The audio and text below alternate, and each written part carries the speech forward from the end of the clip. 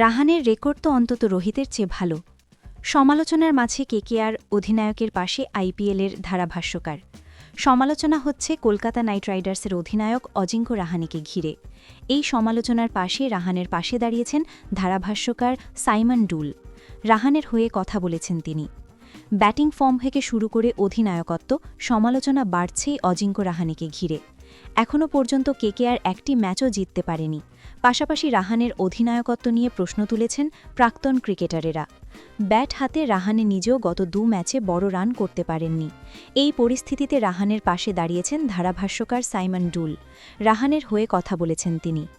সেরা ক্রিকেটারদের সঙ্গে রাহানের তুলনা করেছেন ডুল। ক্রিকবাজকে তিনি বলেন, গত 4 বছরে ওর রেকর্ড তো খারাপ নয়। 30 গড়ে 148 স্ট্রাইক রেটে রান করেছে। লোকে বলছে ওকে বাদ দেওয়া উচিত।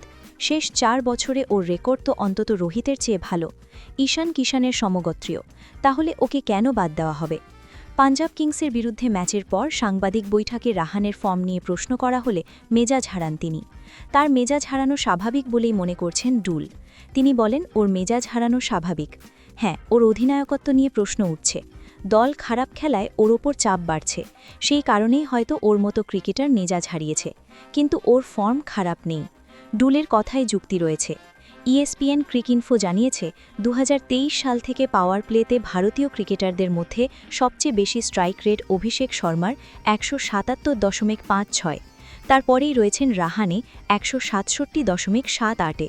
গত মরশুমেও কেকেআরের হয়ে সবচেয়ে বেশি রান রাহানে করেছেন।